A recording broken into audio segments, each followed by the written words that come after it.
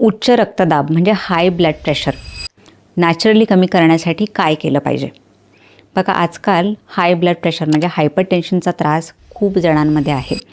आजकालचे जे काही लाईफस्टाईल आहे, खाण्यापिण्याच्या सवयी, झोप व्यवस्थित नसणं, त्यानंतर प्रचंड तणाव, ह्यामुळे ब्लड प्रेशरचा त्रास वाढत आहे.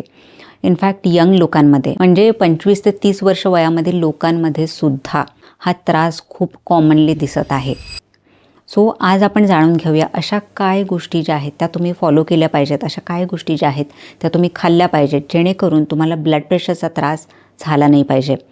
किंवा जर तुम्हाला ब्लड प्रेशर ऑलरेडी डिटेक्ट झालेला आहे तर काय गोष्टी फॉलो केल्या पाहिजेत जेणेकरून नॅचरली तुमचा ब्लड प्रेशर कमी होईल.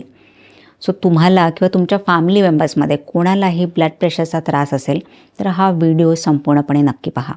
माझं नाव आहे डॉक्टर स्मिता भोईर पाटील. मी होलिस्टिक डॉक्टर आणि न्यूट्रिशनिस्ट आहे आणि मी पीएचडी क्लिनिक पुणेची फाउंडर आहे. मित्रांनो, आपल्या भारतामध्ये हृदयरोग होण्याचे जे काही प्रमाण आहे ते हळूहळू वाढत आहे. सो भारतामध्ये हृदयरोगाने होणाऱ्या मृत्यूपैकी जवळजवळ 50% जास्त मृत्यू जे आहेत ते हाय ब्लड प्रेशरमुळे होतात. म्हणूनच ब्लड प्रेशरला सायलेंट किलर असं म्हणतात. कारण बघा, वरून काही दिसून येत नाही. हा आजार असा नाही आहे की वरून तुम्हाला काही लक्षणं दिसतील.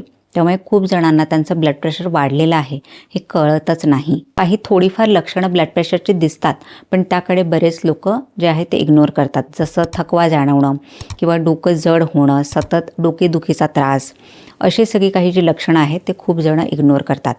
म्हणूनच ब्लड प्रेशर जे आहे ते हळूहळू वाढायला लागतं आणि मग अशी वेळ येते यामध्ये ब्लड प्रेशर प्रचंड प्रमाणात वाढून अगदीच इमर्जन्सीची कंडिशन येऊ शकते. म्हणूनच आज आपण पाहणार आहोत 5 अशा नॅचरल गोष्टी ज्या तुम्ही फॉलो करू शकता जेणेकरून तुमचं ब्लड प्रेशर जे आहे ते नियंत्रणातच राहील. सर्वात पहिलं जे आहे ते म्हणजे तुमचं डाएट. सो तुम्ही जर खूप जास्त बाहेरचं फूड खात असाल, जंक फूड खूप फ्रिक्वेंटली घेत असाल तर ते तुम्हाला बंद केलं पाहिजे. कारण जेव्हा तुम्ही जंक फूड खाता, पॅकेटमध्ये असणारे फूड्स खाता, प्रोसेस फूड्स खाता, त्यामध्ये प्रिझर्वेटिव्स किंवा मिठाचं प्रमाण खूप जास्त असतं आणि हे तुमच्या हृदयासाठी अजिबात चांगलं नाही. म्हणूनच घरचं जेवण तुम्ही रेग्युलरली घेतलं गेलं पाहिजे. सो त्यामध्ये फळं, भाज्या, स्पेशली फायबर्स जे आहेत त्याचं प्रमाण अधिक असलं पाहिजे.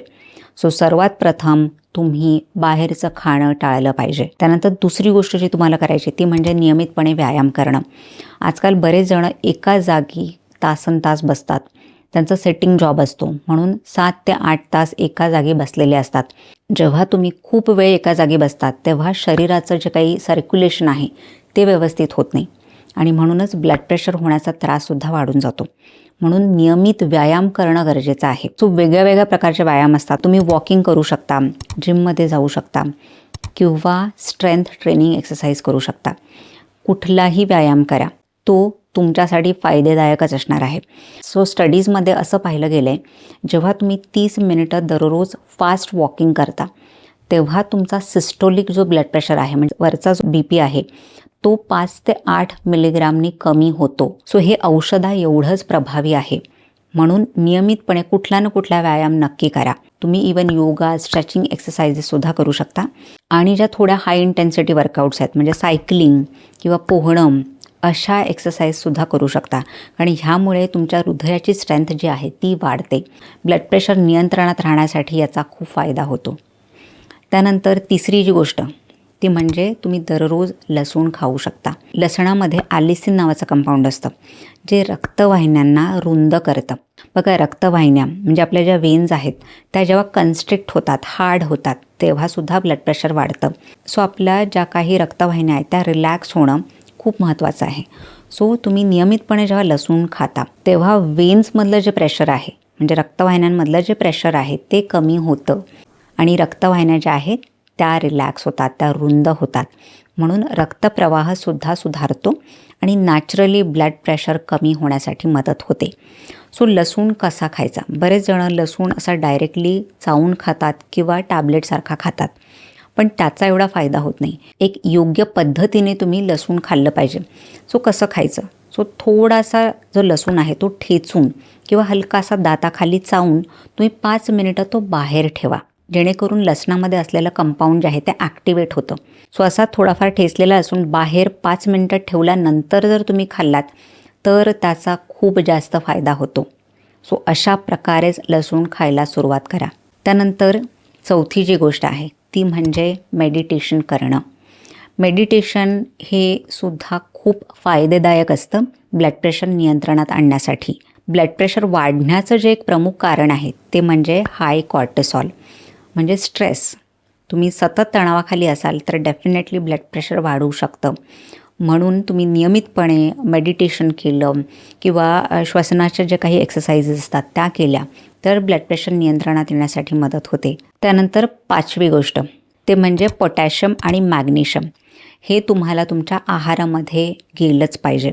बघा सोडियम म्हणजे सॉल्ट जेव्हा शरीरामध्ये वाढतं तेव्हासुद्धा ब्लड प्रेशर वाढतं. पण पोटॅशियमची कमतरता झाली तरीसुद्धा शरीरामध्ये सोडियम वाढू शकतं. कारण सोडियम आणि पोटॅशियम ह्याचा एक पंप असतो म्हणजे ते एकमेकांना पूरक असतात. जेव्हा एक कमी होतं तेव्हा दुसरा अफेक्ट होऊ शकतो. म्हणून तुम्ही पोटॅशियमयुक्त आहार घेतला पाहिजे. सो पोटॅशियम हे पालकमध्ये भरपूर असतं. त्यानंतर संत्रे आहेत किंवा बटाटा आहे, केळी आहे, ह्यामध्ये पोटॅशियम असतं.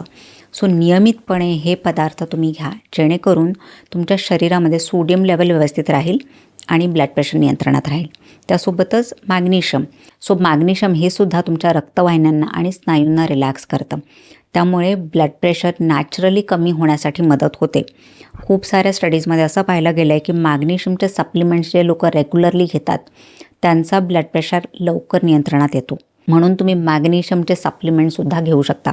सो मॅग्नेशियम हे सुद्धा हिरव्या पालेभाज्यांमध्ये असतं. त्यासोबत डार्क चॉकलेट किंवा नट्स आणि सीड्समध्ये असतं. तर ह्या गोष्टीसुद्धा तुम्ही नियमितपणे तुमच्या आहारामध्ये नक्की इन्क्लूड करा. सो बघा जर तुमची ब्लड प्रेशरची गोळी चालू असेल तर डॉक्टरच्या सल्ल्याशिवाय तुम्ही ही गोळी बंद नका करू. जेव्हा या सगळ्या गोष्टी तुम्ही व्यवस्थित फॉलो कराल आणि जेव्हा तुम्हाला नोटीस होईल की तुमचं ब्लड प्रेशर आता नियंत्रणात येत आहे तर मग तुमच्या डॉक्टरला कन्सल्ट करून मगच तुम्ही जी गोळी आहे ती कमी करू शकता किंवा बंद करू शकता.